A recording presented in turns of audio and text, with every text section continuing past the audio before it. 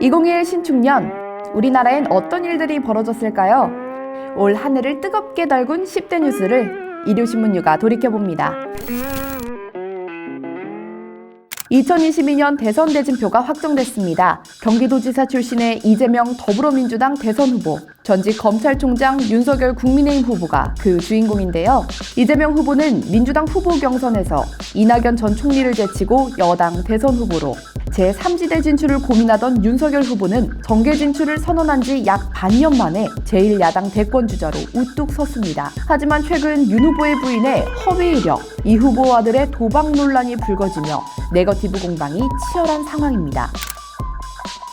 LH 임직원들이 내부 정보를 활용해 전방위적 부동산 투기를 했다는 충격적인 정황이 올 초 드러났습니다. 광명 시흥지구에 걸쳐 무려 100억 원대 투기 행각을 벌인 사건입니다. 정부가 급히 내놓은 대책 역시 졸속안으로 비판받았는데요. 이 사태가 3월 서울 부산시장 재보궐선거에서 여야의 승패를 가른 결정적 요인이라는 평가도 나왔습니다. 박근혜 전 대통령 탄핵으로 몰락했던 보수가 화려하게 부활했습니다. 공직자 비리와 성범죄, 부동산 문제 등 정부 여당의 실책이 불거지며 제1보수정당 국민의힘 지지율이 여당 더불어민주당을 속속 앞지른 것인데요. 3월 서울 부산시장 재보궐선거에서도 민심은 오세훈, 박형준 등 국민의힘 후보들의 손을 들어줬습니다. 여기에 30대 정치인 이준석이 6월 국민의힘 당대표로 당선되면서 구태정치로 비난받던 보수 진영의 세대교체 바람이 불기 시작했습니다. 친구와 함께 한강에서 술을 마시던 고 송정민 군이 지난 4월 숨진 채로 발견됐습니다. 당시 현장에 동석했던 송정민 군의 친구가 수상쩍다며 타살 의혹을 제기하는 여론이 적지 않았으나 경찰 수사 결과 음주 사고사로 결론났습니다. 하지만 SNS 등에서는 타살을 주장하는 갖가지 음모론이 넘쳐났습니다. 인류에게는 여전히 암울한 시간이었습니다. 지난해 전 세계를 절망에 빠뜨린 팬데믹 상황이 도무지 종식될 기미가 보이지 않기 때문인데요. 가까스로 백신이란 무기를 확보했지만 델타, 오미크론 등 신종 코로나 변이가 출현하며 해외 여러 국가가 다시 문을 걸어 잠궜습니다. 2020 일본 도쿄올림픽이 우여곡절 끝에 올해 개최됐습니다. 개폐막식의 텅 빈 관중석부터 경기 내내 마스크를 끼고 있는 선수들까지 올림픽에선 상상도 못할 이색적인 풍경이 연출되기도 했죠. 이번 올림픽에선 우리나라 여성 선수들의 활약이 크게 돋보였는데요. 짜릿한 역전승으로 한 편의 드라마를 연출한 여자 배구 국가대표팀, 홀로 양궁 금메달 3관왕을 차지한 안산 선수가 전 국민의 갈채를 받았습니다.